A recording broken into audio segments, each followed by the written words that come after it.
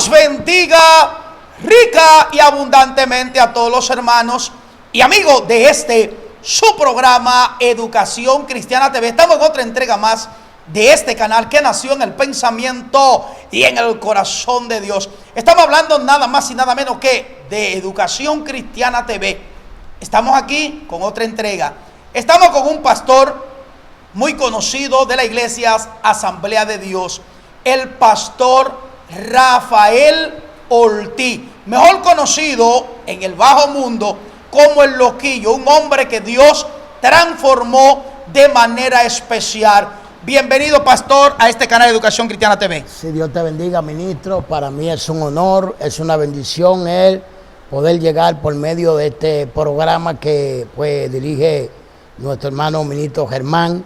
Así que esperando que podamos, como siempre, llegar y bendecirle a cada uno de ustedes por medio de la transmisión de este canal. Gloria al Señor. Así que prepárese, hermano, porque lo que usted va a ver es asombroso. Lo que Dios puede hacer con una vida. Nuestro hermano Rafa Ortiz, ¿quién es Rafa Ortiz y de dónde viene?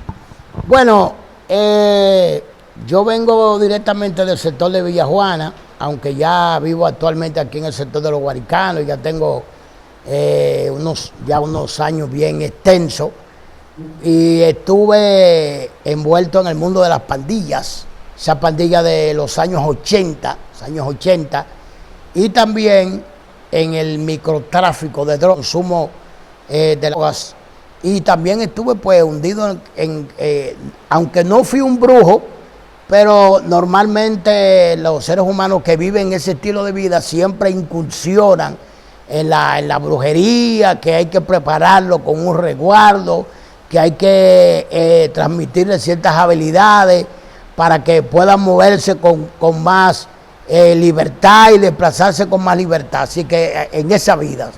¿Cómo fue su niñez, pastor?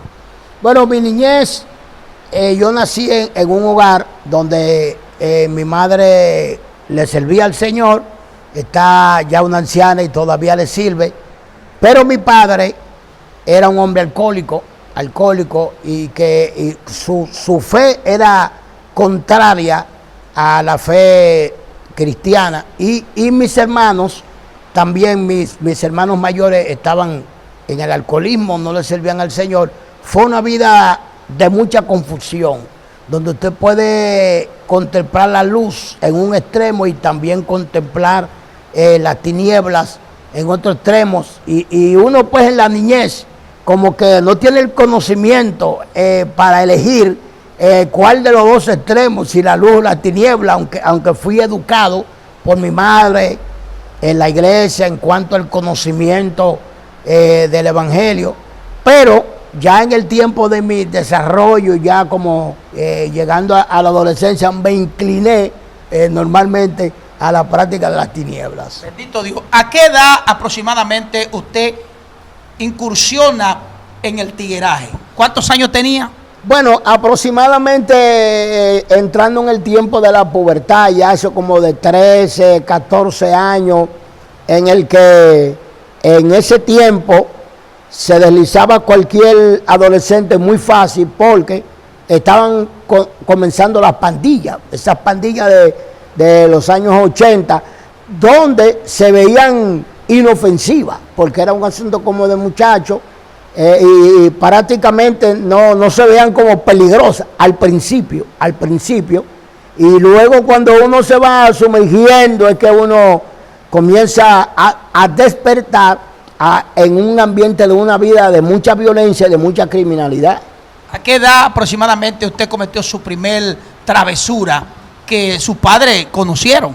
Bueno, yo me acuerdo que como a eso de 14, 15 años que fui apresado, fui detenido por la policía, por un policía muy conocido a nivel del país, llamado Hermógenes Acevedo, alias Chichibolón. Fui apresado por ese policía que fue muy temido por los delincuentes en toda el área de la capital y del país entero. Yo me acuerdo con ese tiempo la capital estaba llena de muchas pandillas. muchas pandillas juveniles, una parte estaba en Villaconsuelo, otra en Villajuana, uno en el Capotillo, otra en San Carlos. Y con la primera pandilla que nosotros nos enfrentamos fue con una de Villaconsuelo. ¿Cómo se llamaba esa pandilla? Bueno, la pandilla en la que yo estaba le decían los Kenton. Y la que estaba en el otro sector le decían los zapaticos negros. Wow. Pero de ahí era que pertenecía Papiro.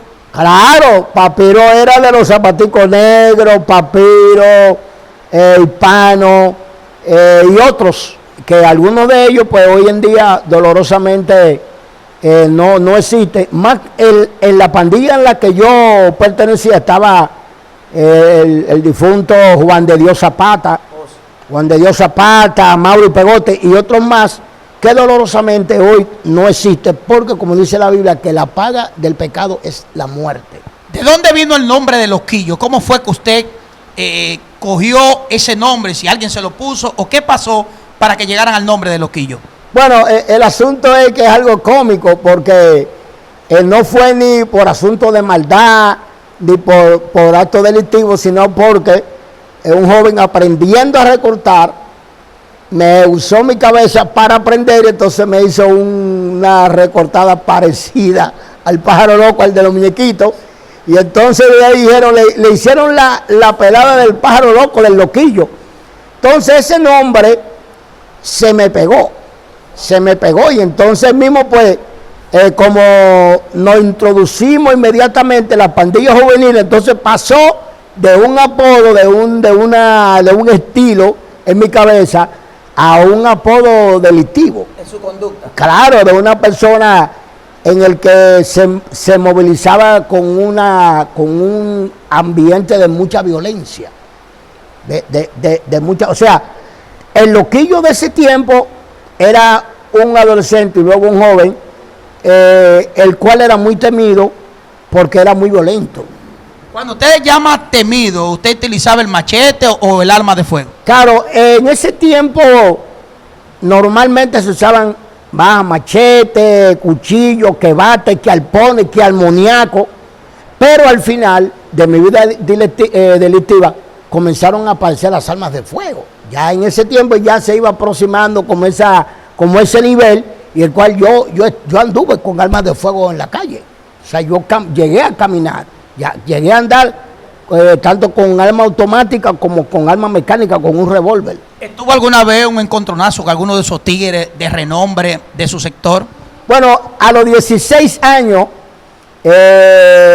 un amigo mío y yo nos enfrentamos con los necios. Pero esa banda de la calle 8, de la Cuava. Claro, nosotros nos enfrentamos. Sucede que un muchacho del barrio que hoy en día le sirve al Señor, él le dio unos golpes a uno de ellos. Entonces cuando ellos regresaron con bate, con machete. Nosotros estábamos en lo que le llamaban Manhattan, en la Summerwell, en la 21, allá en el sector de Villajuana, y cuando ellos llegaron, todo el mundo huyó, todo el mundo salió huyendo. Entonces otro amigo que yo tuve en ese tiempo, que fue un carcelero, el cual ya no existe, lamentablemente, nos quedamos él y yo. Y él y yo pues nos enfrentamos con ellos. Ahí estaba Johnny el Necio con un bate, andaba siempre con un bate. Habían otros, el Pineo, que luego se convirtió de la 8. Y entonces nosotros nos enfrentamos con ellos. Ahí en ese combate yo fui gravemente herido. Wow. Gravemente herido, y estuve interno en el Darío Contreras, interno y preso, el H3. ¿Qué le hicieron los necios a su cuerpo? Bueno, me cortaron, me cortaron o sea, yo aquí en esta mano tenía un cuchillo, y entonces el que estaba frente a mí con el machete me cortó los nervios. Entonces mi amigo, el que estaba conmigo, tenía un machete en la mano y se enfrentó con todos ellos. Entonces, de los delincuentes que se habían subido encima del techo de una casa, ellos comenzaron a lanzarle pedradas. Hirieron uno de ellos. Entonces los que ellos estaban distraídos con los que le estaban lanzando piedras, entonces ahí, tanto con mi amigo, pudimos escapar. Prácticamente escapamos de la muerte.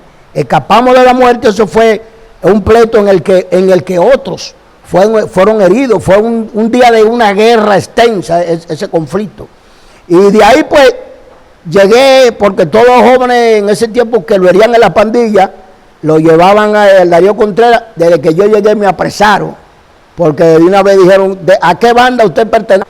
Cuando llego al Darío Contreras, pues inmediatamente me apresan. Me preguntan, ¿a qué banda de macheteros pertenece usted? Los delincuentes tienen un razonamiento de autodefenderse. Yo le dije, no, yo no pertenezco a ninguna banda. A mí me asaltaron unos delincuentes. Claro, me asaltaron unos delincuentes y me hirieron. Pero con todo eso me llevaron a la H3, donde todo el que llevaban heridos por armas blancas, por armas de fuego, o que estaban detenidos, que fueron heridos por la policía, lo llevaban a la H3 y ahí estaba yo. El H3 estaba herido y ahí dentro yo tuve una experiencia, y es que llevaron a una persona de por ahí, de los lados del mercado, y uno de los que estaba ahí me dice, trajeron al que te hirió. Entonces yo estaba planeando, porque ahí dentro del hospital nosotros estábamos armados. Ahí dentro del hospital los amigos de nosotros nos llevaban las armas y estábamos ahí con puñalas ahí adentro, en el hospital, en la H3. Entonces, estaba planeado en la noche degollar a esa persona. Wow. Cuando llegó la información donde el doctor fue donde mí, me dijo, ¿qué es lo que pasa? Nos dieron una información, ¿qué es lo que está sucediendo? Vamos a ver la persona. Cuando me llevaron, ciertamente no era. No, era otra persona, pero no era el mismo... la persona que me había herido. Y fíjese que el asunto es tan impactante de que luego al pasar los años, esa persona que fuimos enemigos se convirtió al Señor. Wow. Claro, se convirtió al Señor y anduvimos predicando en el ministerio. ¿Cómo se llama él? Se llama el Pineo de la 8. Se llama el Pineo de la 8 del Capotillo, con la respaldo José Martí en esa esquina.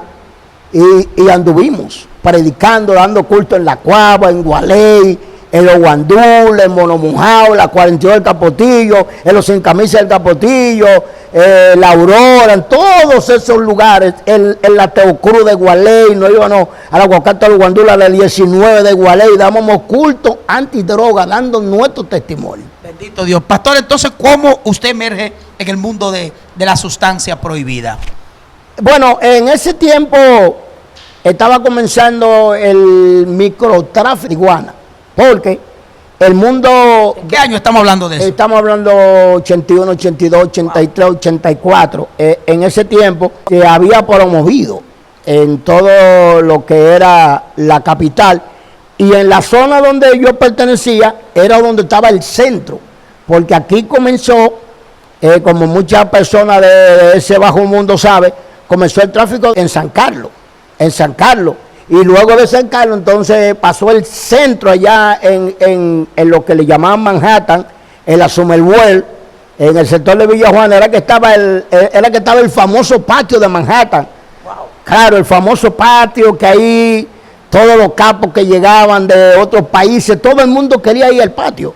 Ahí en ese patio llegaron hasta personas que fueron artistas, que estaban en el mundo, llegaban ahí a ese patio, llegaban gente casi de todo el país, cuando se hablaban del patio de Manhattan en la Somerville, que era la antigua 21 del sector de Villa Juana, era en cuanto al movimiento lo más terrible que había aquí en la capital, y luego se extendió en todo lo que es Gualey, Capotillo, todos esos sectores. Entonces yo comencé, como todo, con el consumo del alucinógeno, que se percibe que es una inofensiva, pero no es una, porque la marihuana es la puerta para que el ser humano pueda experimentar otras, profundizarse en las que son más peligrosas, como en la que yo caí en el crack, en el consumo del crack, y aunque yo nunca me inyecté por las venas, pero estaba caminando. ¿Y cómo fue su vida ya bajo ese consumo de esa sustancia, ya que cuando la gente llega ahí, llega a lo más bajo? ¿Cómo fue su vida, pastor, ahí? Bueno, todo comienza muy bien. Todo comienza uno vistiendo muy bien, teniendo un renombre, teniendo fama y diciendo que a mí la controlar. Wow. O sea, todo individuo de la calle se cree autosuficiente y entonces yo decía lo que hablaban los demás, yo decía, no me va a controlar. Y sucedió lo contrario, la terminó controlándome a mí. Comencé finalmente en mi vida delictiva a tener problemas de la mente. Yo me acuerdo que yo me quitaba la camisa en la calle, me salía con un machete y me iba al medio de la calle, caminando en la calle, sin camisa, diciendo, hoy yo quiero ver sangre. Santo Dios. Hoy yo quiero ver sangre. Y la gente tenía cierto sentimiento de temor, porque los seres humanos me veían a mí como una persona que estaba fuera de sí y por ende peligrosa también. Por ende peligrosa también. Y terminé de estar en una discoteca, porque en ese tiempo el drink y esos centros no existían, sino los centros cerveceros, que el Triple S, que el Morocota y otros más, que el Ninja, que la Nobleza, que el Morocota, que la Casona, que la Cuora. Entonces, ese joven que estaba en la Cuora, terminó en un patio de una casa, wow, en un baño, en un inodoro, en un lugar donde la gente van a hacer sus necesidades. Ahí llegué yo, consumiendo en la basura, en la oscuridad, consumiendo el crack con otros que eran enfermos igual que yo. Y entonces el pecado y esa droga me consumió, o sea, me consumió emocionalmente, mentalmente, moralmente, me consumió. O sea que, en pocas palabras, yo estaba completamente arruinado y perdido. ¿Qué decían su familia, pastor, al verlo en esa condición? Mi familia estaba muy entristecida. Estaba esas acciones, esa vida en la cual yo me sumergí, produjo mucho dolor, mucho dolor. Yo me acuerdo que mi madre le dio un derrame cerebral por esa situación y quiero rápidamente contar esta experiencia. Yo me acuerdo que una vez yo llegué bajo los efectos de la casa y yo me sueño que mi madre ya había muerto, pero introdujeron su cuerpo en una caja blanca con 2 alas. Entonces yo comencé a llorar y mi madre esa caja comenzó a levantarla volando y la metió por encima de las nubes. Yo mirando desde la tierra, yo lloraba y entonces yo desperté y vi que la lágrima estaba en mi pecho y como a la semana a mi madre dio un derrame cerebral con un ataque al corazón.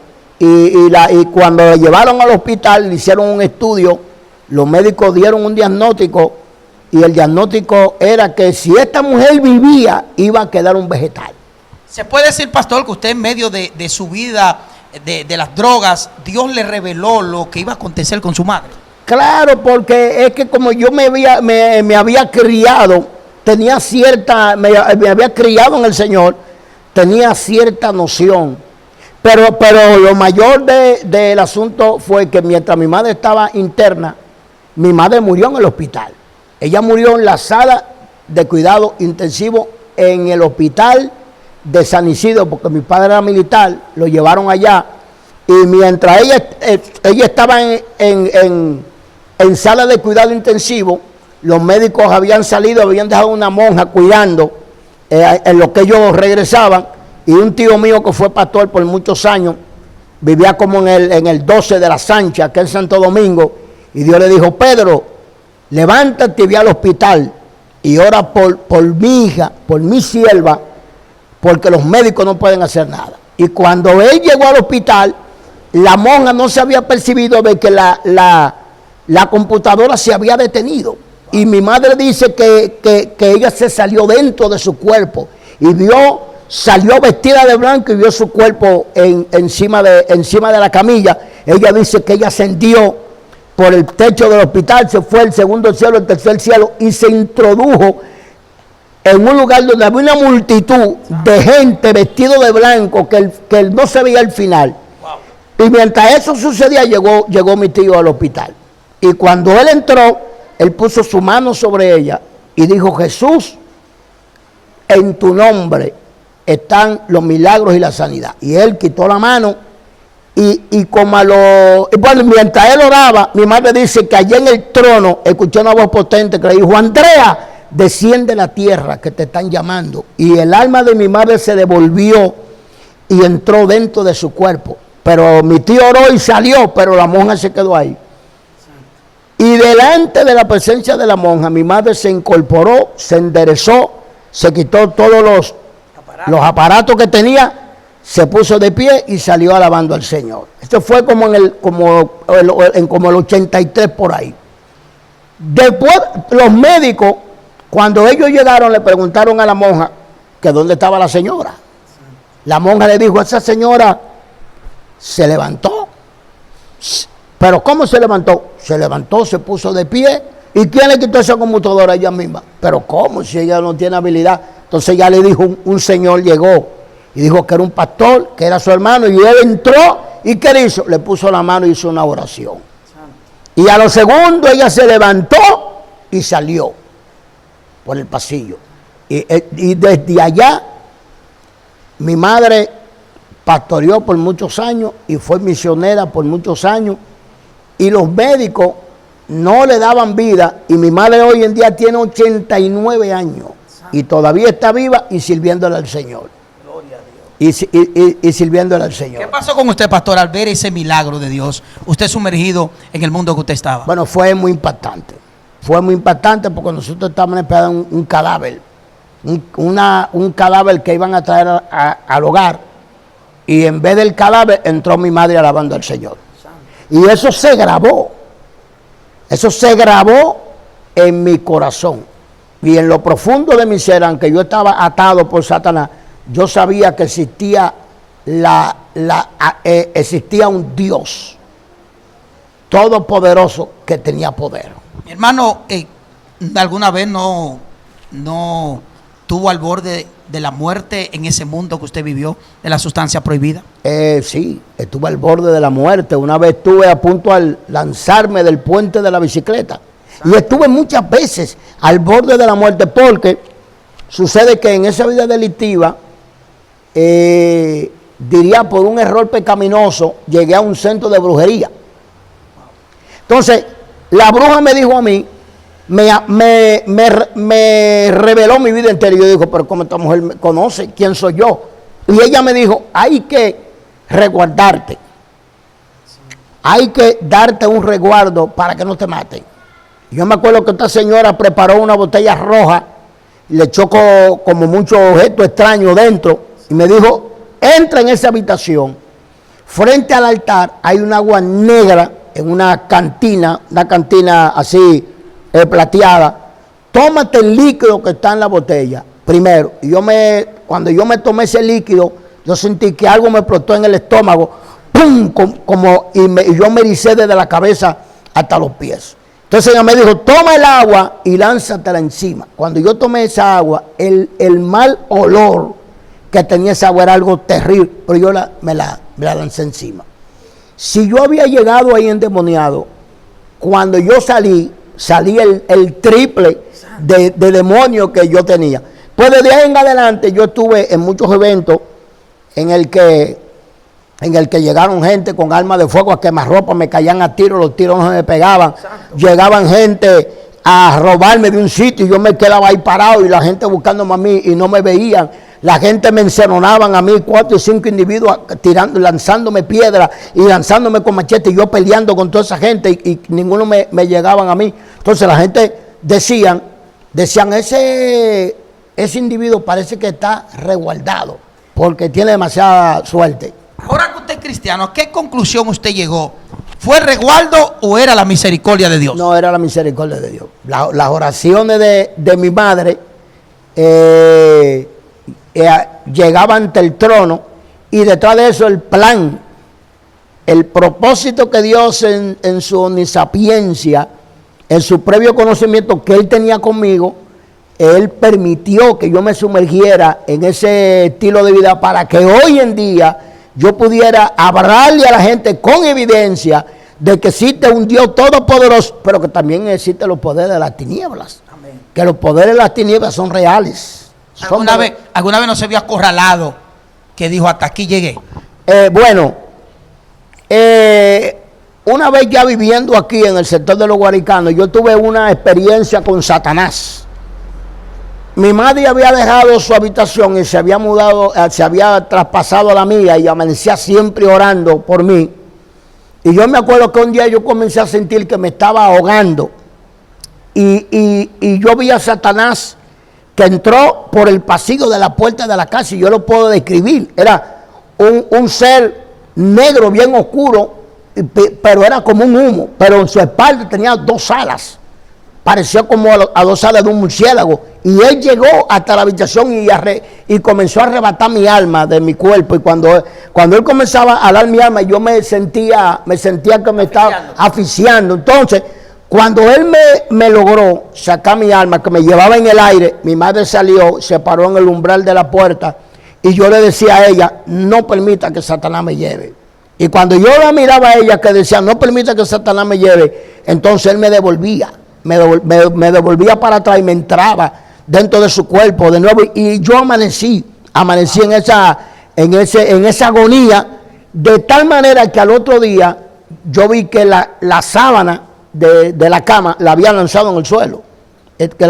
Fue la agonía de allá para acá, de aquí para allá, peleando a favor de mi propia vida. A favor de mi propia vida. Y una vez, yo me acuerdo que estábamos de aquel lado de Villa Duarte y oí una voz que me dijo, lánzate del puente. Santo. Y yo me fui a lanzarme del puente. La suerte que el puente de la bicicleta tiene como una barandilla. Cuando yo me estaba subiendo, me dieron unos jovencitos que andaban conmigo y ellos me bajaron de allá. Me bajaron y me agarraron entre todos y me llevaron de ahí. O sea que al borde de la muerte, yo estuve en muchas ocasiones. E incluso el fantasma que me persigue a mí en el Evangelio es el fantasma de cuando yo me acuerdo todas las veces que yo estuve al borde de la muerte, y que entonces yo digo, hoy, si no hubiese sido producto de la misericordia de Dios, yo hubiese estado perdido en el infierno. Wow. Perdido en el infierno. ¿En qué otra ocasión usted tuvo algún enfrentamiento con algunas bandas que usted se acuerde? Bueno, nosotros tuvimos muchos enemigos. Tuvimos con el grupo del famoso Ploplo, con el famoso Ploplo que dolorosamente murió hace muchos años. Sucede que uno de la banda de nosotros ultimó a un joven de ese lado, entonces comenzamos a tenerlo a ellos como enemigo, a nosotros. También tuvimos conflicto con otra banda que decían los Conani, otra banda que decían los Caparros de Villacosa. O sea, tuvimos conflicto con bandas. Luego de eso, tuvimos mucho conflicto por problemas de asuntos porque luego nosotros nos convertimos, luego de ser pandilleros, nos convertimos en un grupo que asaltábamos los puntos. Los peros. Claro, y desde que nosotros recibíamos la información, llegan una gente con un cargamento, nosotros nos tirábamos. Entonces nosotros le quitábamos las drogas a esa persona. Entonces los conflictos que se armaban ya eran por cosas. No eran solamente porque yo estoy de esta pandilla y que tú me hiciste tal cosa. No, ya era un asunto de intereses económicos y de intereses por conflicto de drogas. ¿Alguna vez estuvo en prisión? Claro, estuve en varias ocasiones. Estuve preso por drogas, por robo, aunque ese nunca fue mi estilo, sino que andaba con otros que asaltaban y nos agarraban en el grupo. Estuve involucrado también en un conflicto de un homicidio también y en otras. Y la primera vez que caí, que nos agarró Chichibolón, que caí por asuntos de pandilla, de bandas. Fue la primera vez que yo fui a la cárcel fue por el problema de pandilla juvenil. ¿A qué prisión? No, si ahí nos llevaron al palacio de la policía y como éramos menores de edad, no nos encerraron en Vietnam, sino que nos dejaron en una oficina. Ya luego, en las próximas ocasiones, cuando yo caí preso y ya era mayor, ya me ven llevar la preventiva. La preventiva cuando estaba en el ensanche de la fe. ¿Cómo fue su vida allá adentro? No, mi vida ahí la preventiva fue muy corta. Fue muy corta porque en ese tiempo mi padre tenía cierta influencia con el gobierno y eso pues me ayudó a no hacer una cárcel muy extensa, sino no durar mucho tiempo y salir. Pues dentro de la cárcel, tanto la Victoria como la preventiva, yo no tuve ahí adentro grande experiencia porque no hice mucha cárcel ahí adentro. Por la influencia de su padre. Claro. Bendito Dios. Está viendo cómo Dios puede transformar una vida, traerlo de la muerte a la vida y proporcionarle una familia. Claro.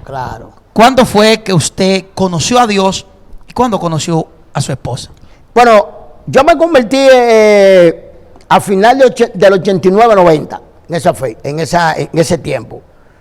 Yo me acuerdo que yo me iba a Estados Unidos porque en el estado de Nueva York en ese tiempo habían unos capos que ya no existen.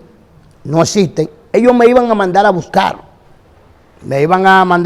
Para irme como dicen ahora en la vuelta de México, porque me iba por esa misma vuelta por ahí. Sucede que yo le digo a mi madre que lo que se estaba moviendo, entonces ella se quedó callada, se fue a la habitación, se postró delante de Dios y le dijo: Señor, cuando este joven nació, tú me dijiste que él iba a ser tu siervo. No permita que él salga de este país y se vaya con esa gente a los Estados Unidos, porque yo nunca más lo voy a volver a ver. Entonces, desde ahí fue una oración contundente, la de mi madre. Y entonces Dios, porque cuando Dios salva a una persona, Él dura mucho tiempo. Haciendo su trabajo. Claro, Él dura mucho tiempo. Yo puedo decir que Dios duró mucho tiempo tratando conmigo. Y le voy a contar una de las experiencias que yo tuve. Y es que una vez yo estaba en un campo, huyendo por un acto que yo había cometido. Y yo me iba rumbo a un camino que había al final un río, un arroyo al norte y al este había un río. Y yo llegué y me postré. Eso me sucedió a mí, que eso no fue que un predicador tuvo esa experiencia, a mí me sucedió. Yo me postré y yo dije: si tú eres Dios en realidad, si tú me sacas de esta vida y me cambias, yo te voy a servir. Y vino un viento del este tan fuerte que casi pegaba a los árboles. Y ese viento sonó, se movió para allá y se movió para acá. Eso fue como 30 segundos, sucedió eso. Ciertamente, como el hombre carnal no entiende las cosas espirituales, yo no entendí lo que sucedió en ese momento. Entonces, luego de eso, yo llegué un día a mi casa, allá de la capital. Yo llegué aquí a mi casa y me senté en un banquito que había en el patio de mi casa. Y como diría yo, como a la media hora de yo estar ahí, descendió del cielo una presencia sobrenatural del cielo. Y yo comencé a escuchar una voz audible que me hablaba en el aire, y detrás de la voz audible yo escuchaba un coro que hace mucho más de 30 años y nunca se me ha olvidado. Y el coro decía: en el altar de Dios el fuego. Y yo comenzaba a llorar y erizado. ¿Usted no era cristiano? No, yo no era cristiano, yo venía de la calle. Yo pasaba 4 y 5 días y venía donde mi mamá. Y ese día llegué y me recorté en ese banquito ahí atrás. Y yo comencé a llorar. Y esa voz me hablaba y me decía: hoy es el día en que yo, Jesús, el que murió en el madero, he descendido para salvarte. Yo me levanté llorando, fui a la cocina, caí de rodillas y mi madre estaba cocinando y yo le dije, yo me quiero entregar a Cristo. Y cuando mi madre giró y me vio, ella no fue donde yo estaba, ella se fue a la sala.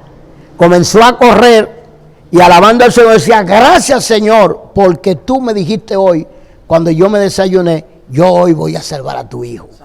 Hoy yo voy a hacer. Pero desde ahí comenzó el proceso. Yo me entregué al Señor, me fui a Teen Challenge, reto juvenil, ahí estuve yo en Teen Challenge. Ahí tuve yo una experiencia con el Señor que si no se me apareció un éxtasis con los cabellos blancos como el sol, con los ojos como llama de fuego. El Señor le tendió su mano sobre mí y hablaba como trueno, su vara como trueno. Yo me tapaba los oídos. Él le tendió su dieta sobre mí. Cuando su dedo me tocó, yo caí como muerto en el suelo. O sea, eso fue una experiencia tremenda. Para los que no saben lo que es Teen Challenge, eso es un centro de rehabilitación en Estados Unidos. Claro. Para el que no lo sabe. Claro, un centro cristiano que surgió de la experiencia de dos pandillas, de los Mau Mau y de los obispos en el estado de Nueva York, y que Dios usó a David Wilkinson. David Wilkinson fue que fundó Teen Challenge. De ahí de esas dos bandas salieron. Entonces yo tuve esa experiencia con el Señor. Y yo fui al otro día y hablé con un pastor que iba y nos impartía clases allá. Y yo le dije, se me apareció un ser con su cabello blanco y sus ojos como dos chispas. Y él me dijo, ese se te apareció. Digo, cuando él hablaba era como un trueno. Entonces me dijo, busca la Biblia, abre Apocalipsis en tal capítulo y tal versículo, lee ahí. Y entonces yo dije, leí, Juan estaba preso en la isla de Patmos por causa del testimonio en el día del Señor. Y detrás de mí oí la voz como el estruendo de muchas aguas. Uno que tenía una espada aguda en su boca y estaba en medio de 7 candeleros de oro y en medio de 7 estrellas.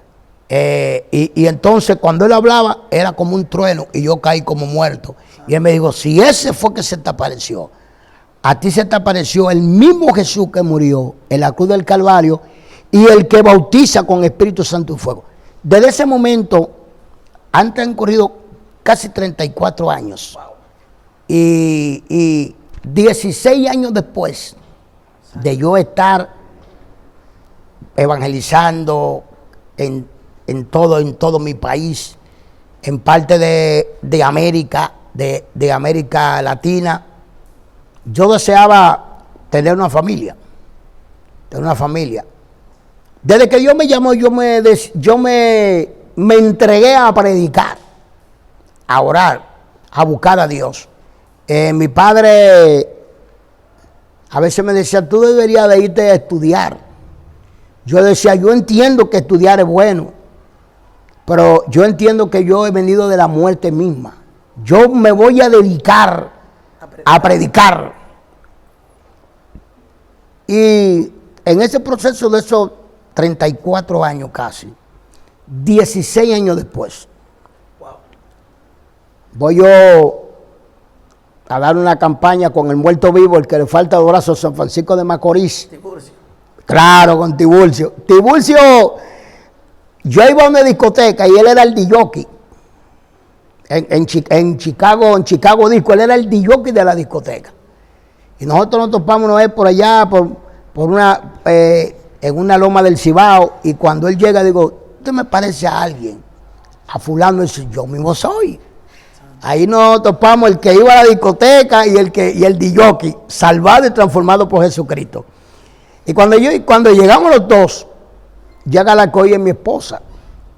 Cuando ella llega, yo siento que Dios me dice, llegó, ¿quién va a ser tu esposa? Entonces yo le dije, Señor, si esa es la que tú tienes preparada para mí, te voy a poner una señal. Mañana en el culto, que caiga el poder celestial en la iglesia, porque caiga sobre ella nada más. Que ella sea la única que dance y hable en lengua y más nadie lo haga. Y así mismo aconteció. Santo Dios. Entonces ya el último día de campaña, yo dije, Señor, si esa te pongo una señal más. Que me inviten a su casa. Y cuando yo salí, me esperó ella, su papá, porque ellos siempre invitaban a los predicadores que iban ahí. Pero la invitación que me hicieran a mí era una señal. que yo había pedido porque ellos no me conocían a mí ni yo no conocía. Yo no sé ni siquiera el nombre de ella. Wow. Cuando yo salgo me dice, nosotros queremos invitarlo a nuestra casa. Dios mío, llegó la señal. Claro, me invitaron a la casa, me acuerdo que hicieron un sancocho y yo dije, esto es como una celebración, como una celebración. Bueno, de ahí se lo contacto. En los días declaré lo que había, comenzamos a orar, hasta que llegó el momento en el que yo le dije, Señor, me caso. Dios me dijo, cásate. Me dio mi esposa nunca conoció mundo, estudió en la universidad, se hizo profesional, una joven hermosa, que ha sido de gran ayuda para mí y Dios.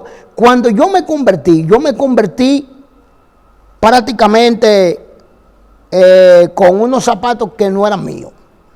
Porque unos zapatos que me habían traído de Estados Unidos, yo lo había cambiado y al que yo se lo cambié me dijo, yo le dije, pero tú tienes que darme algo para ponerme, pues yo no me voy a quedar descalzo.